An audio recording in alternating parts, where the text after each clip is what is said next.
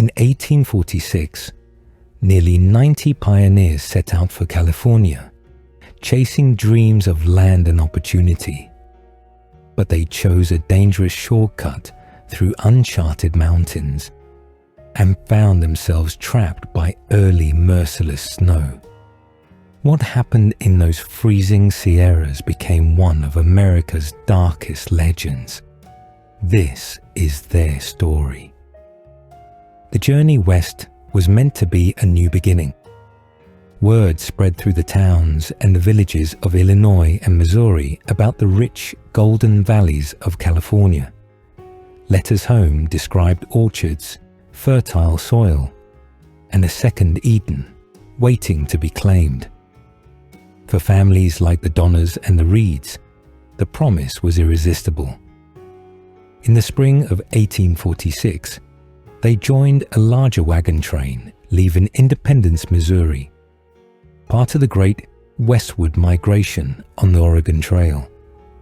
The plains spread before them in rolling green waves under a vast blue sky. Children laughed and played beside lumbering oxen. Mothers cooked over open fires. Fathers rode ahead, scanning the horizon for landmarks and danger. At first, their days fell into a predictable rhythm of progress and rest, crossing rivers and prairies alive with wildflowers. They faced storms, mosquitoes, and exhaustion, but their spirits remained high. They believed they were forging a better future. But it was also a race against time. Summer would fade, and mountain passes would close under heavy snow. Warnings echoed among experienced travelers. Do not delay, do not take untested routes. The trail could be merciless to the unprepared. In the comfort of the plains, those warnings felt distant, like old ghost stories to frighten children. No one knew the price they would pay for ignoring them. The trouble began when they heard of a shortcut. Lansford Hastings, an opportunistic promoter, had published a guide promising to save weeks of travel by cutting through the Wasatch Mountains and the salt flats of Utah. His words were persuasive. He claimed the route was practical and easy. Despite warnings from seasoned guides, the Donner Party voted to try it. They split from the main wagon train at Fort Bridger. Almost immediately, the shortcut proved a lie. The Wasatch Mountains were a maze of dense forest and tangled canyons. Men labored day after day hacking a road for wagons where none existed. Oxen grew thin and weak from overwork and hunger. Water sources ran dry. Tensions in the group worsened. Leadership fractured. Tempers flared. Exhaustion led to injuries. The time they had hoped to save was lost many times over in backbreaking effort. After the mountains came the Great Salt Lake Desert, a shimmering hell of blinding salt and endless horizon. Water wagons broke apart in the dry heat. Livestock collapsed in the glare of the relentless sun. Families dumped precious belongings to lighten loads.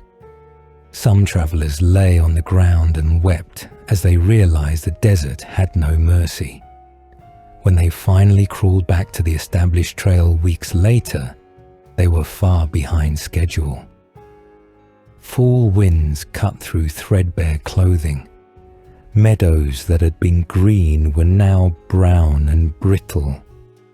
The mountains ahead were already whispering of winter. As they neared the Sierra Nevada, desperation set in. Wagons broke. Oxen died or ran away in fright. Food supplies dwindled to crumbs. Even then they pressed on, determined to cross before the snows fell. But the mountains had been waiting for them. In late October, a sudden storm roared down from the north, blanketing the passes in thick, wet snow. The travelers hacked and dug for days trying to clear a path. Snow piled higher than their heads. Paths vanished under a white silence. Finally, they admitted the truth. They could go no farther. They built makeshift cabins and lean-tos at a frozen lake, later called Donner Lake, and in a muddy clearing they named Alder Creek. These shelters were little more than walls against the cold, letting in freezing wind and damp. Trapped in the mountains, they rationed the last of their flour and beef. They boiled strips of rawhide and leather to make a thin, foul broth. Children cried themselves to sleep from hunger. Parents held them close, too weak to stand. Blizzards returned in waves, each one sealing them deeper in the white tomb of the Sierra Nevada. Hunger stripped away everything human. Weeks of starvation transformed the travelers from settlers to scavengers. They scraped the bones of dead oxen, boiled them to sludge, and chewed raw leather. When even that ran out, the dying began in earnest. Frozen bodies lay around the cabins, half buried in snow. Survivors grew hollow-eyed, delirious, speaking to the dead as if they still lived. Hope became a cruel joke. Then, in the darkest hours, the unthinkable happened. They turned to human flesh. They cut the frozen limbs from corpses laid out in the snow. Mothers who had cradled their children now fed them from the bodies of friends. Guilt weighed like iron, but the instinct to live was stronger.